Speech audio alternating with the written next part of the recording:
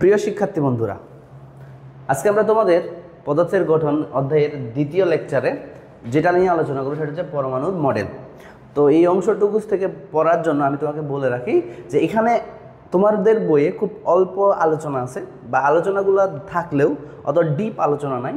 তো আমরা এখানে কি করব, তোমাদের ডিপলি পড়াবো যেন তোমার এখানের সাথে সাথে পরবর্তী ক্লাসে বা তোমার বড় ক্লাসে এই জিনিসটা তোমার জন্য ইফেক্টিভ হয়। ঠিক আছে, তো আমরা শুরু করি পরমাণুর মডেল। তো প্রথমে বলতেছি পরমাণুর মডেল আমরা কাকে বলতেছি। পরমাণুর মডেল, মডেল শব্দটার মানে হচ্ছে কি, দেখো তোমরা যারা দেখো যে মুভি টুভিতে মডেল নায়ক নায়িকারা মডেল সাজে আসে, সাইজা আসে কথাটা বলছি, সাজে আসে। ঠিক আছে, তাহলে এরকমই হচ্ছে পরমাণু মডেলটা, যে পরমাণুর ভিতরে আমরা কালকে পড়ছি যে পরমাণুর ভিতরে থাকে ইলেকট্রন, প্রোটন এবং কি নিউট্রন। এই পরমাণুর ভিতরে ইলেকট্রন, প্রোটন এবং নিউট্রনগুলো কিভাবে অবস্থান করে সেগুলো নিয়েই হচ্ছে আমাদের মডেলে আলোচনা করব। তো আমরা সর্বপ্রথমে যে পরমাণু মডেলটা বলবো পরমাণু মডেল। ঠিক আছে, তো এখন আমরা যদি দেখি যে সর্বপ্রথম 1897 সালে বিজ্ঞানী জে থমসন কে বিজ্ঞানী জে থমসন কি করেন, থমসন ইলেকট্রন আবিষ্কার করেন। ঠিক আছে,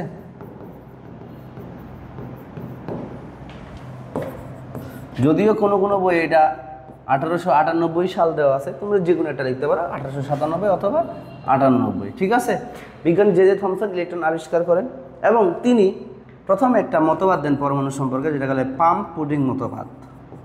পাম্প পুডিং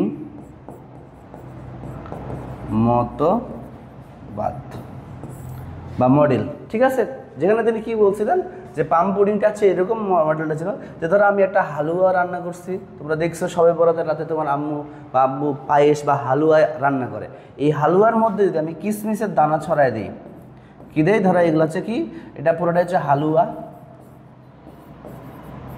আর এর মধ্যে কিশমিশ, এগুলো হচ্ছে কি কিশমিশ।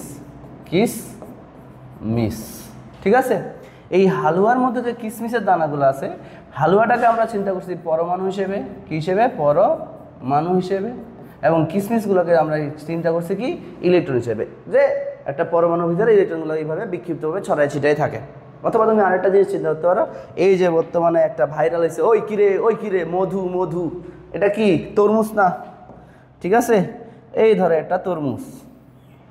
ঠিক আছে, এ হচ্ছে কি তরমুজ, সবাই দেখছো তরমুজের ভিতরে লাল, এই তরমুজটা হচ্ছে পরমাণু হিসেবে চিন্তা করা যায়, পরমাণু।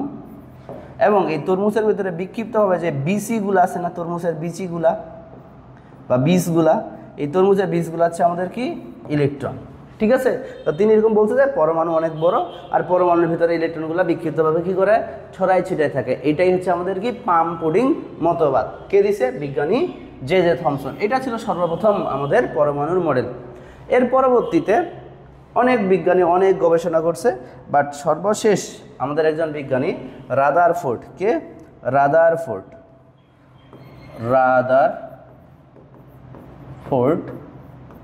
একটা ভালো পরমাণু মডেল উপস্থাপন করেন। রাদারফোর্ডের, যে কারণে আমরা এটাকে বলি ফোর্ড এর পরমাণু মডেল। ঠিক আছে, তিনি দিলেন কত সালে? 1911 সালে। তবে আমরা একটু ডিটেলসে যেহেতু পড়ার কথা বলছি, তো মনে রাখবা এই রাদারফোর্ডের পরমাণু মডেল দেওয়ার আগে তিনি একটা কাজ করছিলেন। তিনি হচ্ছে একটা নিউক্লিয়াস আবিষ্কার করছে। কি আবিষ্কার করছে? পরমাণু কেন্দ্রে যে নিউক্লিয়াস থাকে সেই নিউক্লিয়াসটা আবিষ্কার করছে। যে নিউক্লিয়াস আবিষ্কারের একটা ঘটনা আছে। ঠিক আছে, তো আমরা ওইটা একটু ডিটেলসে পড়ব। নিউক্লিয়াস আবিষ্কার। ঠিক আছে, এখন রাদারফোর্ড কিভাবে নিউক্লিয়াস আবিষ্কার করলেন সেটা একটা কাহিনী আছে বা গল্প আছে বা প্রমাণ পরীক্ষা করছেন, সেই পরীক্ষাটা আমরা এখন বলবো বা লিখব। এখন দেখো, তিনি একটা ওই সময় একটা নতুন জিনিস আবিষ্কার হয়েছে, জানা যায় আলফা কণা। কি আলফা কণা? আলফা কণা কি সেটা মনে রাখবা, যে আমরা যে হিলিয়াম আছে না, হিলিয়ামের পারমাণবিক সংখ্যা 2 এবং পারমাণবিক ভর কত? 4, এটুকু জানো। তার মানে কি হিলিয়ামের প্রোটন কয়টা? 2টা। আর আমরা জানি কি যার 6টা প্রোটন থাকে তার 6টা ইলেকট্রন থাকে, তাহলে তার ইলেকট্রনও কয়টা? 2টা। সে কী করছে, এখান থেকে 2টা ইলেকট্রন ত্যাগ করে হিলিয়াম 2+ আয়নে পরিণত হয়েছে, ঠিক আছে। আর এই দ্বিধনাত্মক হিলিয়াম নিউক্লিয়াসকেই বলি আমরা আলফা কণা। তাহলে সংজ্ঞাটা কি দিলাম?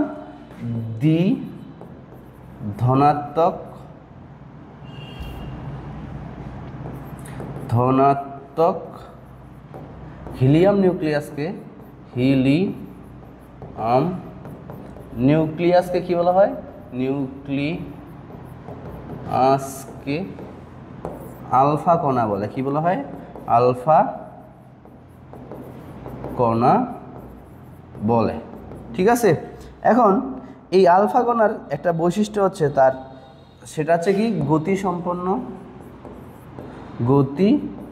সম্পন্ন, তার একটা গতি আছে এবং ভেদন ক্ষমতা সম্পন্ন। কি ভেদন ক্ষমতা সম্পন্ন? এখন ভেদন ক্ষমতা বলতে কি বুঝাইছি? ধরো একটা গুলি আমার দিকে করা হয়, আমার যদি এখানে গুলি লাগে, গুলি এখানে লাগে পড়ে যাবে নাকি আমাকে ছিঁড়ে ভিতরে ভেদ করে চলে যাবে? এই যে ভেদ করে চলে যায় এটাকে বলতেছি আমরা ভেদন ক্ষমতা সম্পন্ন। তো আলফা কণা তোমরা হয়তো বা এমনিতেও নাম শুনছো যে তেজস্ক্রিয় রশ্মি থেকে 3 ধরনের রশ্মি, তেজস্ক্রিয় পরমাণু থেকে 3 ধরনের রশ্মি নির্গত হয়, আলফা, বিটা এবং কি গামা। তার মধ্যে একটা রশ্মি হচ্ছে কি আলফা কণা বা আলফা রশ্মি। আলফা রশ্মি কি দ্বিধনাত্মক হিলিয়াম নিউক্লিয়াসকে বলতেছি আমরা কি রে? আলফা কণা। তাহলে এখানে এমসিকিউ আসতে পারে যে আলফা কণার সংকেত কি? তখন এই যে Ac24 আর 2+, ঠিক আছে। এখন তার 2টা ক্ষমতা আছে, গতিসম্পন্ন এবং ভেদন ক্ষমতা সম্পন্ন। এই 2টা বৈশিষ্ট্যকে কাজে লাগায় আমাদের যে কি রাদারফোর্ড তিনি কি করলেন? নিউক্লিয়াস আবিষ্কার করলেন। তাহলে আমরা কি বলি? রাদারফোর্ডের নিউক্লিয়াস আবিষ্কার। রাদারফোর্ডের নিউক্লিয়াস আবিষ্কার, ঠিক আছে। কেমনে করলো দেখো। তাহলে আমরা প্রথমে যেটা করব সেটা হচ্ছে কি, সেটা এই পরীক্ষাটা করার জন্য প্রয়োজনীয় কিছু উপকরণ লাগবে। প্রয়োজনীয় উপকরণ, এই প্রয়োজনীয় উপকরণের মধ্যে 1 নম্বরে যেটা হচ্ছে কি আলফা কণার উৎস লাগবে একটা। 2 নম্বরে আমরা পাবো কি পাতলা সোনার পাত নিব। কি নিব? পাতলা সোনার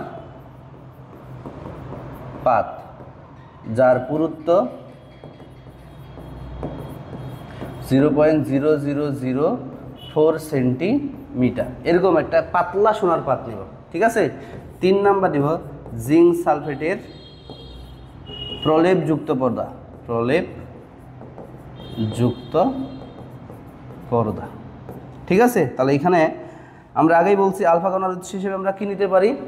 ধরো এইটা একটা সোনার পাত, এটা একটা কি সোনার পাত, খুবই পাতলা। কারণ এই সোনার পাতের সামনে আমি কি রাখবো? একটা আলফা কণার উৎস, যে কোনো তেজস্ক্রিয় মৌল রাখবো। কী রাখবো? যে কোনো তেজস্ক্রিয় মৌল রাখবো, ঠিক আছে। যেটা উনি হচ্ছে ইউরেনিয়াম রাখছিল। কি রাখছিল? ইউরেনিয়াম, ঠিক আছে কি না? মিটারটাকে ছোট করি। হ্যাঁ, এখানে আমাদের কি হইল?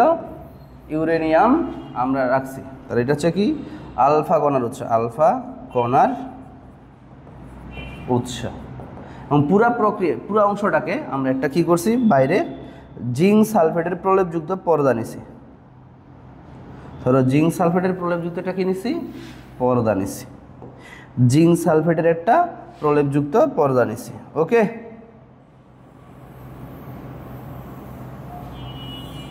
এখন এই জিঙ্ক সালফেটের একটা বিশেষ বৈশিষ্ট্য বলি।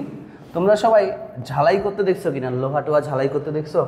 যে লোহা টোয়া ঝালাই করতে গেলে দেখবো এটা এরকম কাঠির মতো আছে, এই লোহার সাথে এরকম করে দিলেই করে আগুন জ্বলে, দেখছো না? ঠিক আছে। তো এই জিঙ্ক সালফেটের ক্ষেত্রে একটা জিনিস হচ্ছে কি, তাকে যদি কোনো কণা গিয়ে আঘাত করে, যেই জায়গাটাতে আঘাত করবে সেই জায়গায় একটা আলোর প্রতিপ্রভা সৃষ্টি হয়। কি হয়? আলোর প্রতিপ্রভা সৃষ্টি হয়। এই বৈশিষ্ট্যটাকে কাজে লাগিয়ে জিঙ্ক সালফেটটাকে এখানে প্রলেপ দেওয়া হয়েছে। এখন আমরা কি করব? তাহলে আমরা কি করলাম? এটা হচ্ছে আলফা কণার উৎস, এটা হচ্ছে সোনার পাত, আর এটা হচ্ছে জিঙ্ক সালফেটের প্রলেপযুক্ত পর্দা, প্রলেপযুক্ত পর্দা। ওকে, এটা একটা কাহিনী গেল। এবারে আমরা আসি, এখানে কিছু পর্যবেক্ষণ করতে হবে। কী করতে হবে? পর্যবেক্ষণ। এক নম্বরে পর্যবেক্ষণ মানে আমরা কী কী দেখতে পাইলাম, বা রাদারফোর্ড পরীক্ষাটাতে কী কী দেখছে। এক নাম্বার হচ্ছে কি, আলফা কণা, বেশিরভাগ আলফা কণা সোনার পাতকে ভেদ করে চলে যায়। বেশিরভাগ আলফা কণা কী হয়? সোনার পাতকে ভেদ করে চলে যায়। ঠিক আছে, তাহলে এক নাম্বার কি বললাম? অধিকাংশ আলফা কণা সোনার পাত ভেদ করে চলে যায়। ঠিক আছে, তাহলে অধিকাংশ আলফা কণা কী হলো? সোনার পাত। কেমনে বুঝলাম? কারণ প্রতিপ্রভা বা আলোর যে ছোটাগুলো ছিল সেগুলো কোথায় তৈরি হয়েছে? আমাদের সোনার পাতের অপোজিট সাইডে, মানে এই সাইডে। তাহলে মানে কি, দেখো এইদিকে আলফা কণা, এইদিকে প্রতিপ্রভা সৃষ্টি হয়েছে, তার মানে কি অবশ্যই এটা আলফা কণা এই সোনার পাতকে ভেদ করে চলে গেছে। দুই নাম্বার, কিছু কিছু আলফা কণা আলফা কণা তার দিক পরিবর্তন করে,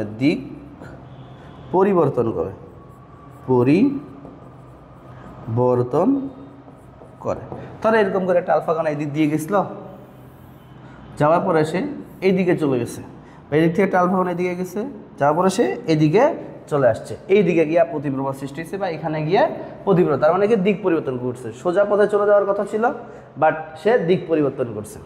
এবং তিন নাম্বার যে পর্যবেক্ষণটা, 20,000 আলফা কণার মধ্যে একটা, 20,000 আলফা কণার মধ্যে একটি কণা যে পথে যায় আবার সেই পথেই ফিরে আসে,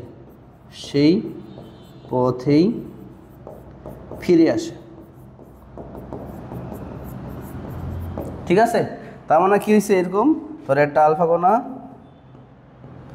এই দিক দিয়ে গেছিলো, আবার ওই দিক দিয়েই ব্যাক করছে। কথাটা বুঝতে পারছি? যেই পথে যায় আবার সেই পথেই কী হয়েছে? ফিরে আসছে। কয়টার মধ্যে? একটা। 20,000 কণার মধ্যে একটা। ঠিক আছে, এই যে জিনিসগুলো দেখলাম কি কি, এক, অধিকাংশ আলফা কণা সোজা সোনার পাতকে ভেদ করে চলে যায়। দুই, কিছু কিছু আলফা কণা আছে দিক পরিবর্তন করে। এবং 20,000 কণার মধ্যে একটা কণা যেই পথে যায় আবার সেই পথেই কি হয়?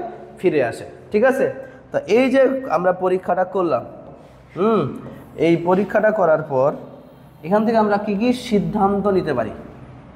এখানে যে ঘটনাটা ঘটলো এখান থেকে কি কি আমরা কি নিতে পারি? সিদ্ধান্ত নিতে পারি। দেখো সিদ্ধান্ত,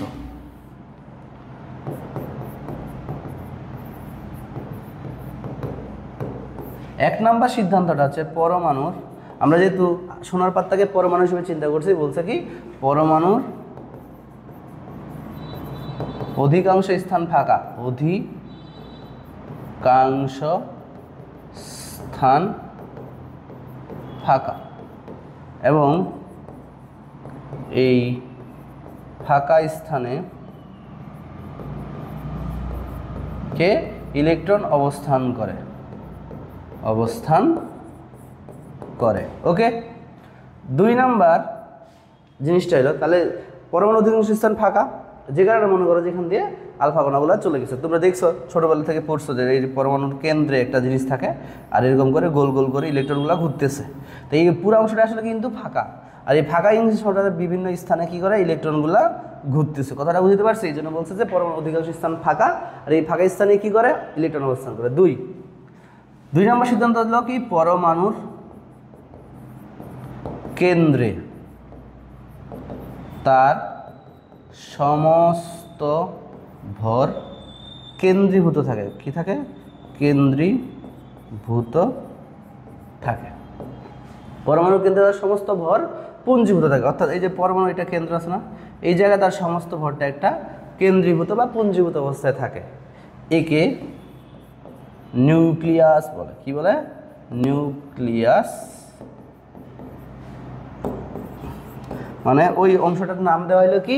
নিউক্লিয়াস। পরমাণুর কেন্দ্রে তার সমস্ত ভর ভেদ কি থাকে? কেন্দ্রীভূত থাকে। এখন ধরো আমাকে গুলি ভেদ করে যাইতে পারে, কিন্তু কি আছে?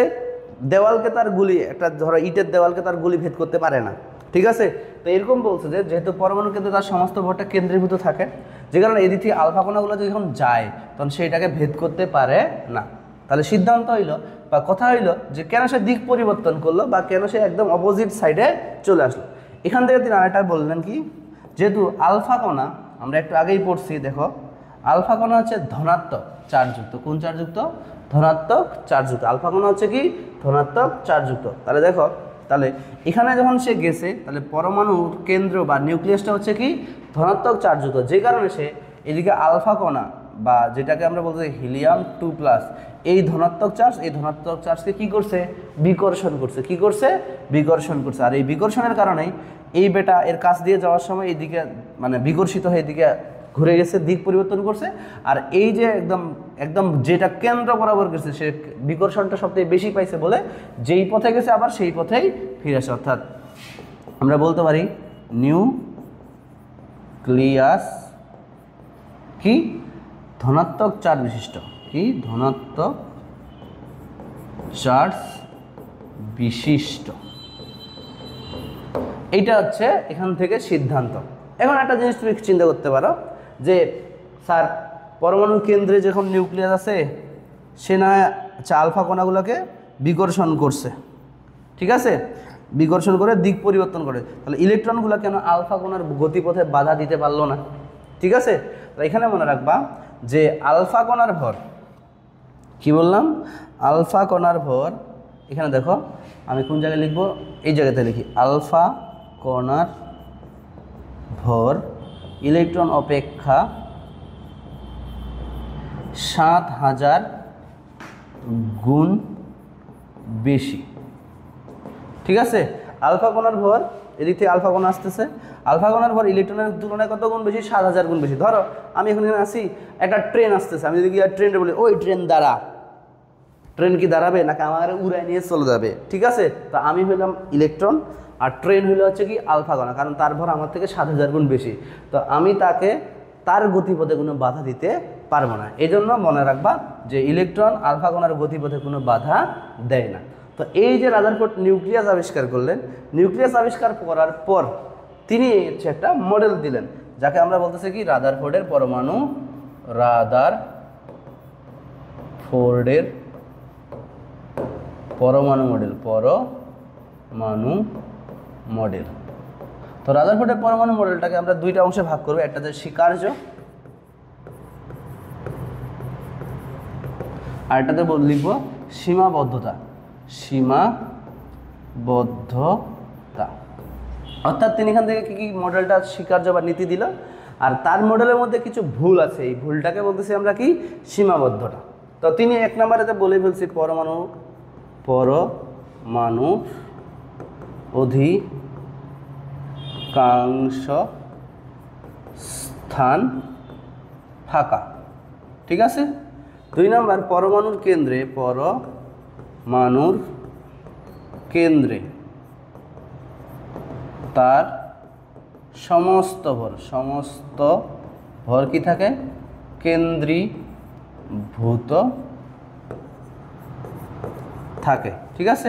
তো দেখো এটা যদি আমার পরমাণু হয়, পরমাণুর এই কেন্দ্রে তার সমস্ত ভর কি থাকে? কেন্দ্রে থাকে।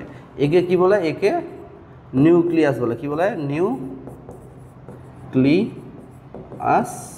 বলে, ঠিক আছে। 3 নিউক্লিয়াসকে কেন্দ্র করে, নিউক্লিয়াসকে কেন্দ্র করে, আচ্ছা আমরা এটা এদিক থেকে লিখি, সীমাবদ্ধতা পরে আলোচনা করব। নিউক্লিয়াসকে কেন্দ্র করে ইলেকট্রন সমূহ একটি নির্দিষ্ট কক্ষপথে পরিভ্রমণ, নির্দিষ্ট কক্ষপথে পরিভ্রমণ করে, ঠিক আছে। ধরো এটা যদি আমাদের নিউক্লিয়াস হয়, এই নিউক্লিয়াসকে কেন্দ্র করে ইলেকট্রনগুলো একটা নির্দিষ্ট কক্ষপথে তাকে পরিভ্রমণ করতেছে। পরিভ্রমণ করা মানে কি? তাকে কেন্দ্র করে ঘুরতেছে, ঠিক আছে। ঠিক যেমন সৌরজগতে সূর্যকে কেন্দ্র করে গ্রহগুলা ঘুরে, ঠিক আছে। কার সাথে তুলনা করছি আমরা এটাকে? সৌরজগৎ। তাহলে এটা যদি আমার পরমাণু, এটা যদি আমার পরমাণু হয়, এটা হচ্ছে আমার কি? নিউক্লিয়াস। এটা হচ্ছে কি? নিউক্লিয়াস। আর নিউক্লিয়াসকে কেন্দ্র করে কারা ঘুরতেছে? ইলেকট্রন তাকে কেন্দ্র করে ঘুরতেছে, ঠিক যেমন সূর্যকে কেন্দ্র করে গ্রহগুলা ঘুরে। এই জন্য রাদারফোর্ডের পরমাণু মডেলের আরেকটা নাম হচ্ছে সৌর মডেল। কি মডেল? সৌর মডেল। এখন দেখো এখানে আমরা একটা জিনিস বলতে পারি, সেটা হচ্ছে যে ইলেকট্রন নেগেটিভ চার্জযুক্ত আর নিউক্লিয়াস হচ্ছে কোন চার্জযুক্ত? পজিটিভ চার্জযুক্ত, যার কারণে তাদের মধ্যে একটা কি হয়? আকর্ষণ বলের সৃষ্টি হয়। ঠিক আছে, এখানে কেন্দ্রমুখী বল, এটাকে বলা হয় কি? কেন্দ্রমুখী বল। ঠিক আছে, এবং ইলেকট্রন সে কিন্তু সূর্যের চাঁদ দিকে ঘোরার ফলে এখানে কিন্তু তার বাইরে ছিটকে পড়ার একটা প্রবণতা আছে। এই বাইরে ছিটকে পড়ার প্রবণতাটাকে বলতেছি আমরা কি? কেন্দ্র বিমুখী বল। আর পরমাণুর মধ্যে দেখবা কেন্দ্রমুখী বল ইকুয়াল টু কেন্দ্র বিমুখী বল, যার কারণে না ইলেকট্রন নিউক্লিয়াসের দিকে চলে যায়, না ইলেকট্রন এখান থেকে ছিটকে পড়ে যায়। ঠিক আছে, এইগুলাই হচ্ছে আমাদের স্বীকার্য, যেগুলো তোমাদের বইয়ে সুন্দর করে লেখা আছে। আমি জাস্ট খালি এমনি এমনি বললাম। দেখো রাদারফোর্ডের পরমাণু মডেল 1911 সালে বিজ্ঞানী রাদারফোর্ড পরমাণু মডেল সম্পর্কে মডেল প্রদান করেন। মডেলটি এরকম: পরমাণুর একটি কেন্দ্র আছে, এই কেন্দ্রের নাম হচ্ছে কি? নিউক্লিয়াস, এবং নিউক্লিয়াসের ভিতরে প্রোটন এবং নিউক্লিয়াসের বাইরে থাকে কি? ইলেকট্রন অবস্থান করে। ঠিক আছে, যেহেতু আপেক্ষিকভাবে ইলেকট্রনের ভর শূন্য ধরা হয়, তাই কাজে নিউক্লিয়াসের অবস্থিত প্রোটন এবং নিউট্রনের ভরেই হচ্ছে কি? পরমাণুর ভর। নিউক্লিয়াস অত্যন্ত ক্ষুদ্র এবং পরমাণুর ভেতরে বেশিরভাগ স্থানেই কি? ফাঁকা। যদি এটা পরমাণু হয়, তার কেন্দ্রে থাকে হচ্ছে নিউক্লিয়াস, নিউক্লিয়াসের আকার পরমাণুর থেকে আরও ছোট। এবার 3 নম্বর পয়েন্টটা বলছে কি? সৌরজগতে সূর্যকে কেন্দ্র করে বিভিন্ন কক্ষপথে যেমন গ্রহগুলো ঘুরে, ঠিক তেমনি নিউক্লিয়াসকে কেন্দ্র করে বিভিন্ন কক্ষপথে ইলেকট্রনগুলা ঘুরছে। কোনো পরমাণুর নিউক্লিয়াসে যে কয়টি প্রোটন থাকে, নিউক্লিয়াসের বাইরে ঠিক সেই কয়টা কি থাকে? ইলেকট্রন থাকে। আর যেহেতু প্রোটনের চার্জ পজিটিভ আর ইলেকট্রনের চার্জ কি? নেগেটিভ, সমান সমান হওয়ার কারণে তারা আলটিমেটলি আমাদের পরমাণু হচ্ছে কি? চার্জ নিরপেক্ষ বা চার্জ শূন্য। সামগ্রিকভাবে পরমাণু চার্জ কি হয়? শূন্য। এখন বলছে যে ধনাত্মক চার্জ বাই নিউক্লিয়াসের প্রতি ঋণাত্মক চার্জ বাই ইলেকট্রনের এক ধরনের আকর্ষণ বল অনুভব হয়। এই আকর্ষণকে বলা হয় কি? কেন্দ্রমুখী বল। আর এই কেন্দ্রমুখী বলের কারণে পৃথিবীর যেমন সূর্যের চারদিকে ঘুরে, সেরকম নিউক্লিয়াসের চারদিকে কে ঘুরে? ইলেকট্রন ঘুরে। আর রাদারফোর্ডের পরমাণু মডেল সৌরজগতের সাথে তুলনা করা হয়েছে বলে এই মডেলের আরেকটা নাম কি? সোলার সিস্টেম মডেল বা সৌর মডেল। এমসিকিউ, এইটা খ নাম্বারের জন্য প্রশ্ন আসতে পারে, রাদারফোর্ডের পরমাণু মডেলকে কেন সোলার মডেল বলা হয়। ঠিক আছে, এইবারে দেখো আমরা ওগুলো পড়ে ফেললাম। এবারে আমরা আসবো কি? রাদারফোর্ডের পরমাণু মডেলের কিছু সীমাবদ্ধতা আছে। এখন সীমাবদ্ধতা মানে আমি আগেই বলছি ত্রুটি, কি কি ভুল আছে। প্রথম ভুলটা হচ্ছে কি? আমরা একটু বোর্ডে চলে যাই। প্রথম ভুলটা সীমাবদ্ধতা। ঠিক আছে, সীমাবদ্ধতা মানে কি কি সীমাবদ্ধতা? আমরা যেহেতু দেখলাম যে নিউক্লিয়াসকে কেন্দ্র ইলেকট্রনগুলো একটা নির্দিষ্ট কক্ষপথে পরিভ্রমণ করে। ঠিক আছে, এই যে এটার নাম হচ্ছে কক্ষপথ। ঠিক আছে, তা 1 নম্বরে যে ভুলটা হচ্ছে যে নিউক্লিয়াসকে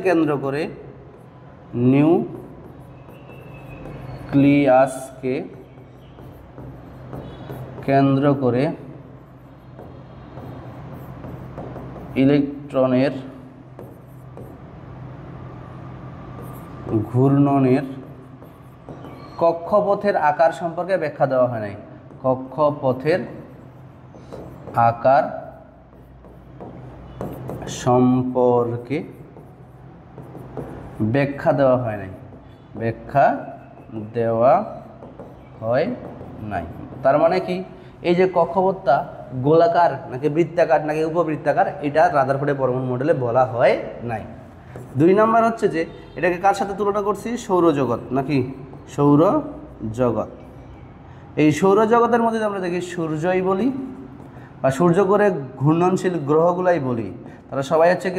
চার্জ নিরপেক্ষ, চার্জহীন। তারা সবাই কি? চার্জহীন।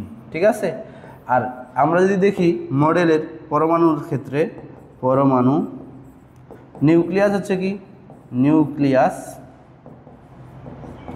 পজিটিভ চার্জযুক্ত, আর ইলেকট্রন হচ্ছে কি, নেগেটিভ চার্জযুক্ত।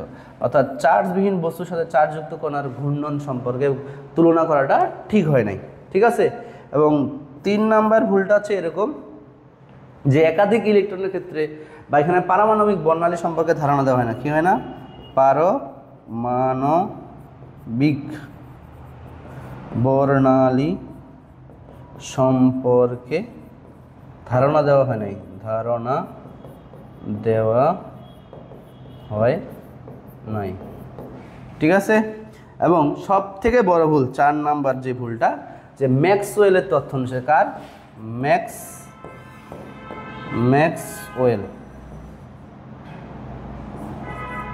ম্যাক্সওয়েল বলছিল কোনো চার্জযুক্ত কণা যদি কাউকে কেন্দ্র করে ঘুরতে থাকে সে অনবরত কী হারায়? শক্তি হারায়। এবং শক্তি হারাতে থাকলে তার কক্ষপথের ব্যাসার্ধটা কী হয়? কমে আসে। এই জন্য ইলেকট্রন যদি এখানে থেকে ঘোরা শুরু করে সে ঘুরতে ঘুরতে ঘুরতে শক্তি হারাবে, শক্তি হারাতে হারাতে একটা সময় কি নিউক্লিয়াসে পতিত হতে, অর্থাৎ পরমাণুর কোনো কী থাকে না? স্থায়িত্ব থাকে না, ঠিক আছে। এই ভুলগুলাই হচ্ছে কার? রাদারফোর্ডের পরমাণু মণ্ডলে এই ভুলগুলা বা এগুলোর ব্যাখ্যা সম্পর্কে দেওয়া হয় না, যে কারণে এগুলোকে আমরা বলছি রাদারফোর্ডের পরমাণু মণ্ডলের সীমাবদ্ধতা। দেখো এই মডেলে ইলেকট্রনের কক্ষপথের আকার বা আকৃতি সম্পর্কে কোনো ধারণা দিতে পারেনি।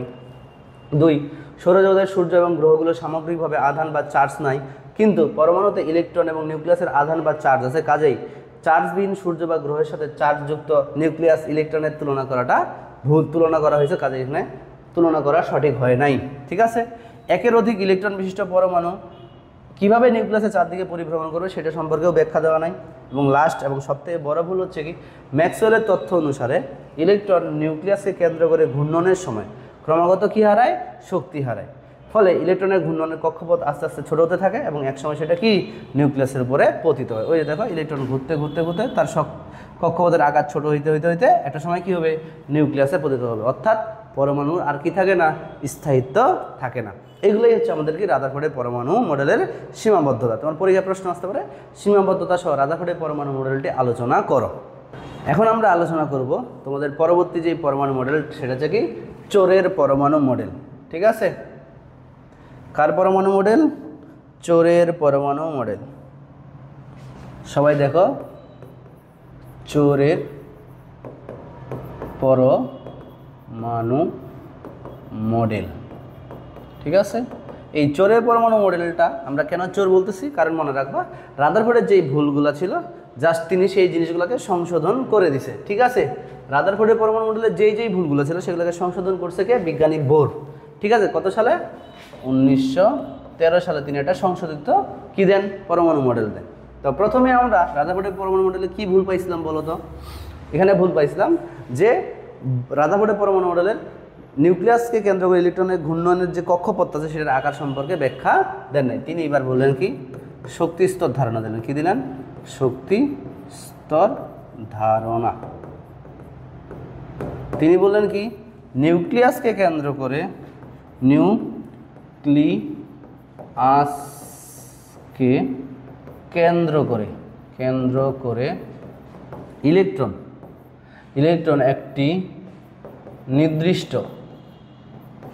নির্দিষ্ট বৃত্তাকার কক্ষপথে পরিভ্রমণ করে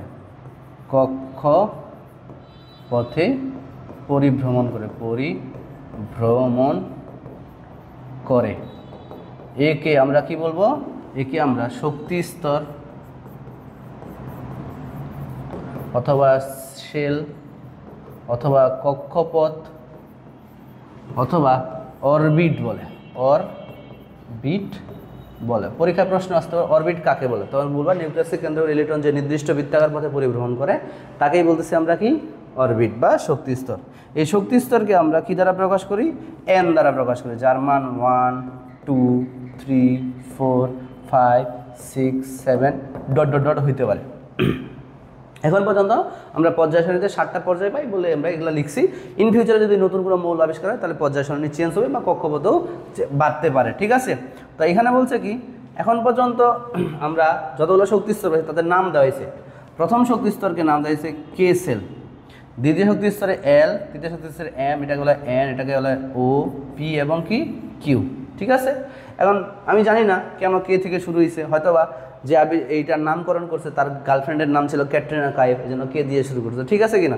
মনে রাখবো প্রথম শক্তি স্তরকে আমরা কী দ্বারা প্রকাশ করি, কে।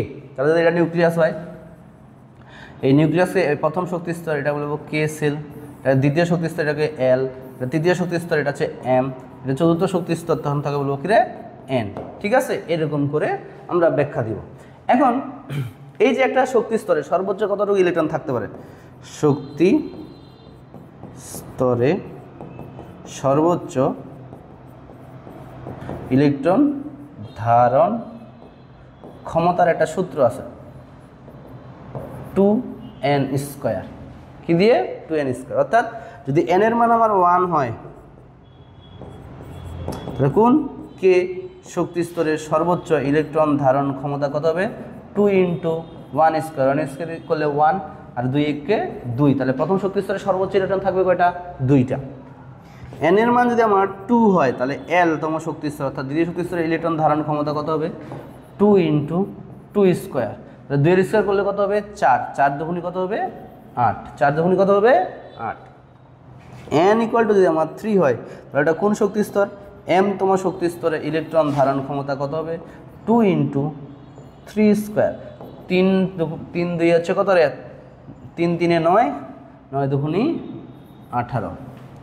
n এর মান যদি আমার কত হয়, 4 হয়, তাহলে n তম শক্তি স্তরে ইলেকট্রন ধারণ ক্ষমতা কত হবে, 2 × 4² কত হবে, 32, তাই না, 32। অর্থাৎ দ্বিতীয় শক্তি স্তরে সর্বোচ্চ ইলেকট্রন ধারণ ক্ষমতা, প্রথম শক্তি স্তরে সর্বোচ্চ 2টা, দ্বিতীয় শক্তি স্তরে 8টা, তৃতীয় শক্তি স্তরে 18টা এবং চতুর্থ শক্তি স্তরে কয়টা, 32টা পর্যন্ত ইলেকট্রন ধারণ করতে পারে। এবং তিনি আরেকটা কথা অ্যাড করেন যে একটা নির্দিষ্ট শক্তি স্তরে ঘূর্ণনের সময় ইলেকট্রন শক্তি শোষণও করে না এবং শক্তি বিকিরণও করে না। ঠিক আছে, তাহলে আমরা একটু দেখে নেই প্রথম তার মতবাদটা কি বলছে। যে দেখো, পরমাণুতে যে সকল ইলেকট্রন থাকে সেগুলো নিউক্লিয়াসকে কেন্দ্র করে ইচ্ছামতো যে কোনো কক্ষপথে ঘুরতে পারে না, শুধু নির্দিষ্ট ব্যাসার্ধের কতগুলো অনুমোদিত বৃত্তাকার কক্ষপথে ঘুরে।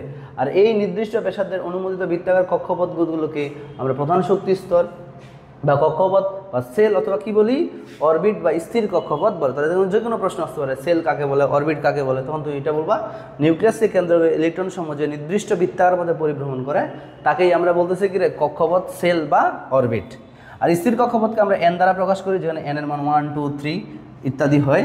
অন্যভাবে বলা যায় n এর মান 1 হলে তাকে কে সেল, প্রধান শক্তি স্তর n এর মান 2 হলে l, এভাবে আমরা নামকরণ করব। ঠিক আছে, এবারে চলে যাই আমরা তার দ্বিতীয় যে ধারণাটা, ঠিক আছে, সেটা 2 নম্বর মতবাদটা হচ্ছে কৌণিক ভরবেগ ধারণা। কি, কৌণিক ভরবেগ।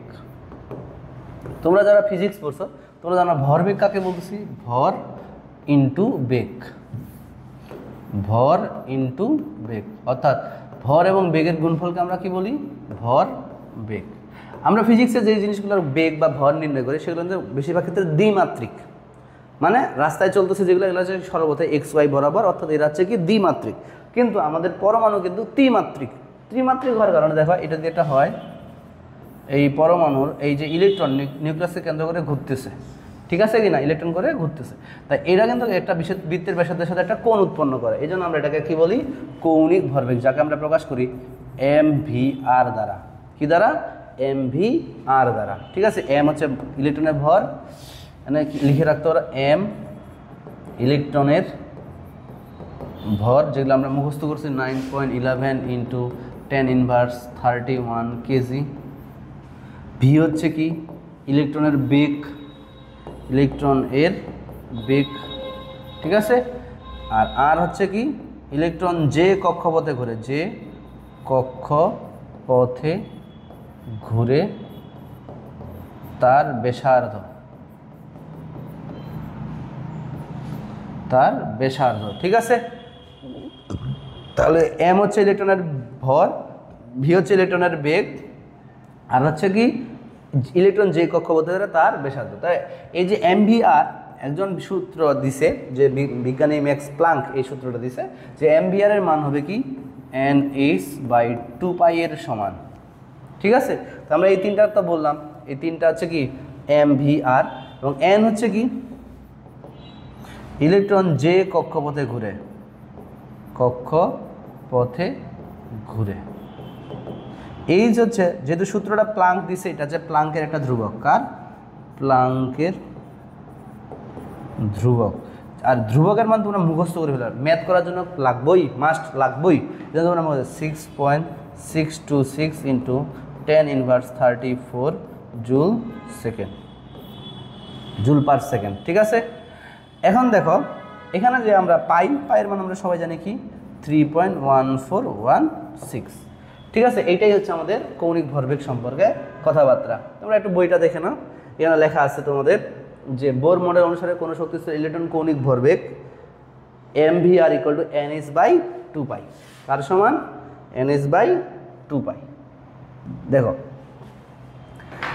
mvr এটাকে আমরা বলবো একসাথে কৌণিক ভরবেগ। কার সমান? nh/2π এর সমান। ঠিক আছে, যেখানে আমরা আগেই বলছি m হচ্ছে ইলেকট্রনের ভর, মুখস্থ করে ফেলবা। আর হচ্ছে ইলেকট্রন যে কক্ষপথে ঘুরবে তার ব্যাসার্ধ, ভি হচ্ছে ইলেকট্রন যে কক্ষপথে ঘুরবে সেই কক্ষপথের বেগ, আর এইচ হচ্ছে কি প্লাঙ্কের ধ্রুবক, মুখস্থ করে ফেলবা একদম ঠাডা, একদম এটা মাস্ট লাগবেই। 6.6 into 10⁻34 metre KG per second. ঠিক আছে, আর এন হচ্ছে প্রধান কোয়ান্টাম সংখ্যা বা ইলেকট্রন যেই শক্তি স্তরে ঘুরে। এখন আমি তোমাদের বলি এখান থেকে ম্যাথ আসে, কীভাবে ম্যাথ আসে তুমি একটু দেখো। কীভাবে ম্যাথ আসে? তোমাকে ডিরেক্ট দিল, যেরকম একটা পরমাণু দিছে উদ্দীপক K-L-M-N, তোমাকে প্রশ্ন দিল n-তম শক্তি স্তরের ঘূর্ণনশীল ইলেকট্রনের কৌণিক ভরবেগ নির্ণয় করো। কৌণিক ভরবেগ নির্ণয় করো। রুমে চলে যাও।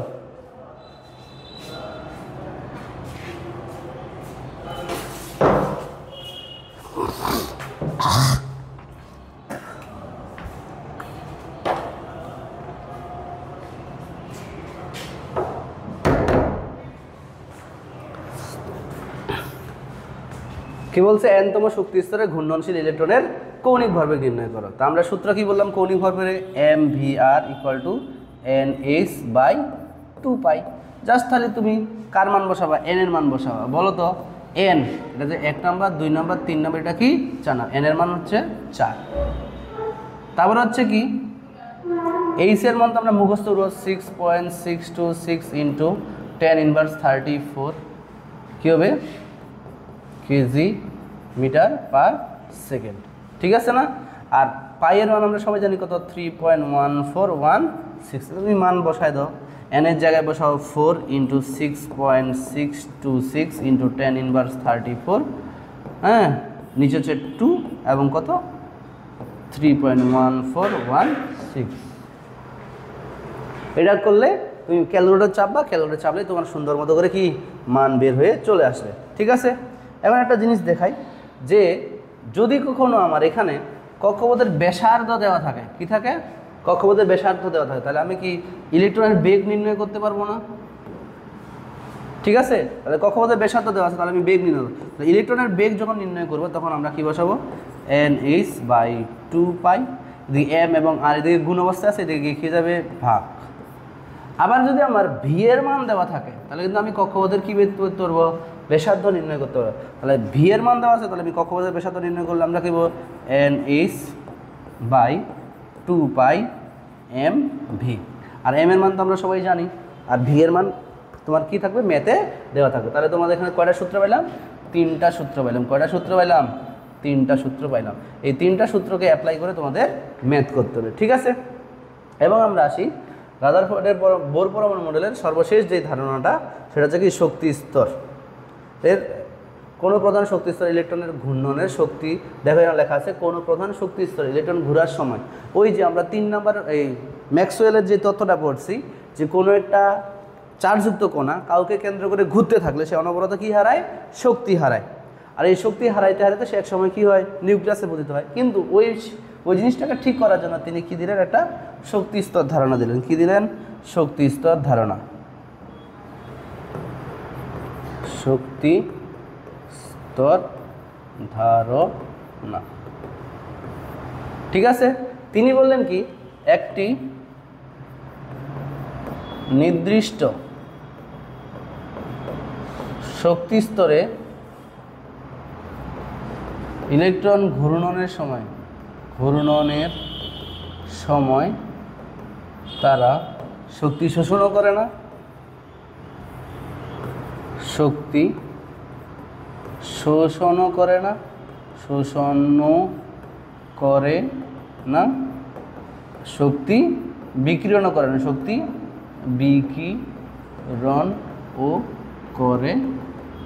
না। তাহলে একটা নির্দিষ্ট শক্তি স্তরে ইলেকট্রনের ঘূর্ণনের সময় সে শক্তি শোষণও করে না, সে বিকিরণও করে না। তবে যদি সে শক্তি শোষণ করে তখন ইলেকট্রন নিম্ন শক্তি স্তর থেকে লাফ দিয়ে কোথায় যায়? উচ্চ শক্তি স্তরে যায়। তখন কি হয়? শক্তি শোষণ ঘটে। কি হয়? শক্তি শোষণ হয়। তখন ইলেকট্রন কি হয়? নিম্ন শক্তি স্তর থেকে লাফ দিয়ে কি হয়? উচ্চ শক্তি স্তরে চলে যায়। এখন ধরো তুমি পড়ালেখা কম করতেছো, তোমার বাবা বললো কি যে তুমি যদি ভালো করে এইচএসসিতে জিপিএ 5 পাও তাহলে তোমার আমি বিয়ে দিয়ে দিব, অথবা তোমার আমি কি দিব? আইফোন কিনে দেবো। এই যে তুমি আইফোনের একটা লোভ পাইলা, এই জিনিসটা দিয়ে তোমার পড়ালেখার গতি পারা যাবে না। আমি যদি তাকে বাইরে থেকে শক্তি দিই, তখন ইলেকট্রন কিছু পরিমাণ শক্তি শোষণ করে নিম্ন শক্তি স্তরে লাফ দিয়ে কী হবে? উচ্চ শক্তি স্তরে। মনে রাখবা, এন এর মান যত কম হয় শক্তির স্তর তত কম শক্তি থাকে, আর এন এর মান যত বেশি সেটা হচ্ছে উচ্চ শক্তি স্তর হয়। আবার যখন ইলেকট্রন উচ্চ শক্তি স্তর থেকে লাফ দিয়ে নিম্ন শক্তি স্তরে আসে তখন কী হয়? শক্তির বিকিরণ ঘটে। শক্তির কি ঘটে? শক্তির বিকিরণ ঘটে। ঠিক আছে। আর একটা যে ইলেকট্রন আছে তার শোষিত শক্তির মান এবং বিকৃত শক্তির মান সবসময় কী হয়? সমান। ধরো এখানে আমি একটা জিনিস দেখাইছি যে একটা ইলেকট্রন প্রথম শক্তি স্তর থেকে 3 নম্বর শক্তি স্তরে লাফ দিয়ে গেছে, তখন সে যতটুকু শক্তি শোষণ করবে, আবার 3 নম্বর শক্তি স্তর থেকে যখন সে প্রথম শক্তি স্তরে আসবে ঠিক ততটুকুই শক্তি কি করবে? বিকিরণ করবে। তার মানে আমরা বলতে পারি শোষিত শক্তি ইকুয়াল টু বিকিরিত শক্তি, যাকে আমরা ডেল্টা ই দ্বারা প্রকাশ করি। কি দ্বারা? ডেল্টা ই দ্বারা। যেটা হচ্ছে এরকম করতে পারি, দ্বিতীয় মানে উচ্চ শক্তি স্তরের শক্তির মান মাইনাস নিম্ন শক্তি স্তরের শক্তির মান। ঠিক আছে। প্রথম শক্তি স্তরে একটা শক্তি আছে এবং তৃতীয় শক্তি স্তরে একটা শক্তি আছে। আমি যদি এর শক্তি থেকে এর শক্তি দ্বারা বিকিরণ মানে বিয়োগ করি তাহলে আমরা পাই যাবো এখানে কতটুকু শক্তি শোষিত বা বিকিরিত হয়েছে। এখন এখানের ক্ষেত্রে ম্যাক্স প্লাঙ্ক একটা সূত্র দেন, ডেল্টা ই ইকুয়াল টু হচ্ছে কি? H new. যেখানে আমরা একটু আগেই পড়ছি এইচ কি? এইচ যে প্লাঙ্কের ধ্রুবক, যার মান 6.626 ইন্টু 10⁻34। আর নিউ হচ্ছে কি? কম্পাঙ্ক। তোমরা এখন বুঝতে সমস্যা হবে, বাট যখন তোমরা ফিজিক্স পড়বা তখন এটা পাবা কম্পাঙ্ক কাকে বলে। আর কম্পাঙ্ক নিউ ইকুয়াল টু আবার আছে c/λ, যেখানে আবার সি হচ্ছে কি? সি হচ্ছে আলোর বেগ। ঠিক আছে। যার মান আমাদের মুখস্থ করতে পারে 3 × 10⁸ মিটার পার সেকেন্ড। আর ল্যামডা হচ্ছে কি? আলোর তরঙ্গ দৈর্ঘ্য। কি? আলোর তরঙ্গ দৈর্ঘ্য। তাহলে আমরা এখানে একটা সূত্র ফেলতে পারি না? এই আমাদের এটাকে বলা হয় নিউ, এটাকে বলা হয় কি? নিউ। ঠিক আছে, নিউ। আর এই নিউ ইকুয়াল টু যদি c/λ, তাহলে আমরা সূত্র কী পাইলাম সর্বশেষ? Delta E equal to H, এটার জায়গায় বসাবো c/λ। ঠিক আছে। এগুলো একটু ভালো করে ম্যাথ করতে হবে, পরীক্ষায় কিন্তু ম্যাথ আসে। দেখো এখানে লেখাই আছে যে কোনো শক্তি, এই কথা কম,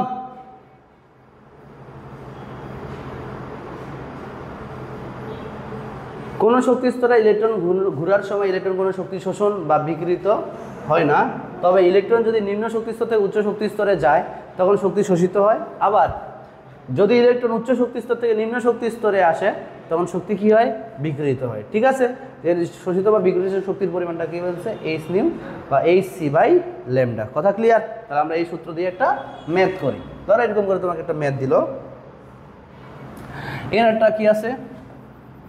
পরমাণু এইভাবে তোমাকে একটা চিত্র দিয়ে দিল যে একটা ইলেকট্রন 2 নম্বর শক্তি স্তর থেকে 4 নম্বর শক্তি স্তরে গেছে, যেখানে শোষিত শক্তির ল্যামডার মান হচ্ছে কত? ল্যামডার মান হচ্ছে 486 ন্যানোমিটার। তাহলে বলছে যে শোষিত শক্তির মান কত? শোষিত শক্তির মান কত? ঠিক আছে।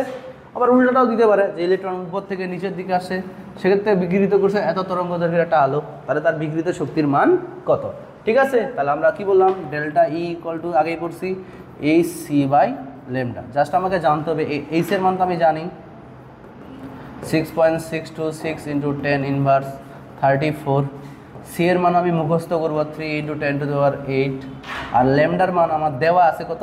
486 ন্যানোমিটার। কিন্তু প্রবলেম একটা দেখো, আমরা এই যে প্লাঙ্কের ধ্রুবকটা ব্যবহার করছি না, K G metre square per second, আর এটার মান ব্যবহার করে মিটার পার সেকেন্ড। এগুলো সবগুলো হচ্ছে এসআই একক। কোন একক? এসআই একক। কিন্তু এটা কিন্তু দৈর্ঘ্যের একক। ল্যামডা যেহেতু তরঙ্গ দৈর্ঘ্য, ল্যামডা হচ্ছে কি? তরঙ্গ দৈর্ঘ্য। এটা একটা দৈর্ঘ্য না, দৈর্ঘ্যের একক হচ্ছে কি? এসআই একক হচ্ছে মিটার। তাহলে আমি এই ন্যানোমিটারকে কি করব? মিটারে কনভার্ট করব। তাহলে কি করব? 10, আমরা জানি কি 1 মিটার সমান 10⁹ ন্যানোমিটার, অর্থাৎ বলতে পারি 10⁹ ন্যানোমিটার সমান কত? 1 মিটার যদি হয় তাহলে 1 ন্যানোমিটার সমান কত হবে? 10⁹ মিটার। তাহলে আমরা এটার ইকুয়াল টু কত পাবো? 486কে 10⁹ মিটার। ঠিক আছে। এখন তুমি এই মানগুলো সুন্দর করে বসাই দাও। এইচ এর মান 6.626 ইন্টু 10⁻34 ইন্টু কত? আমাদের আলোর বেগ 3 ইন্টু 10⁸, আর নিচে আমরা ল্যামডার মান বসাবো কত? 486 ইন্টু 10⁹। মান করে ক্যালকুলেশন করে যা দিবা সেটাই হচ্ছে আনসার। একক হবে জুল, যেহেতু এটা কি শক্তি না, যেহেতু শক্তি, তাহলে তার একক হবে কি? জুল। ঠিক আছে। তা এই হলো আমাদের কি ম্যাথ।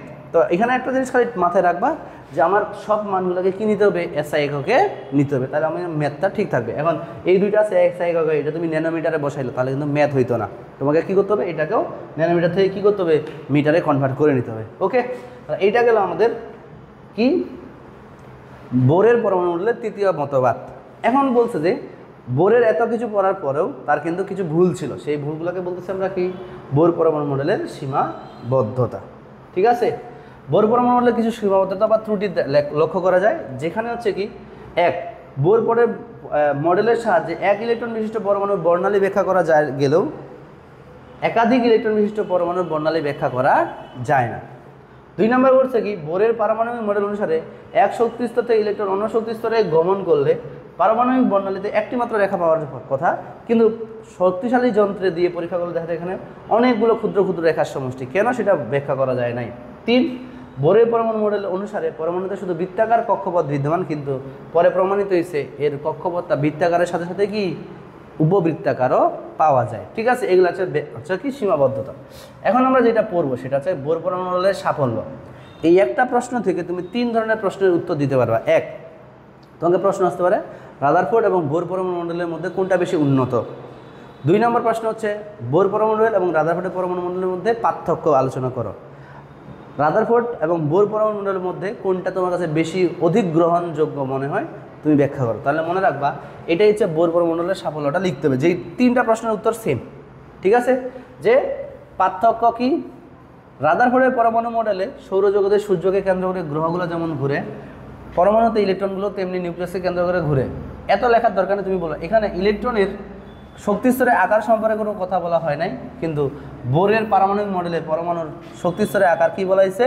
বৃত্তাকার। অর্থাৎ এইভাবে তুমি লিখতে পারো পার্থক্য, যে রাদারফোর্ডের পরমাণু মডেলে কক্ষপথের আকার সম্পর্কে ব্যাখ্যা দেওয়া হয় নাই, কিন্তু বোর পরমাণু মডেলে বলা হয়েছে নিউক্লিয়াসকে কেন্দ্র করে ইলেকট্রন সমূহ বৃত্তাকার পথে পরিভ্রমণ করে।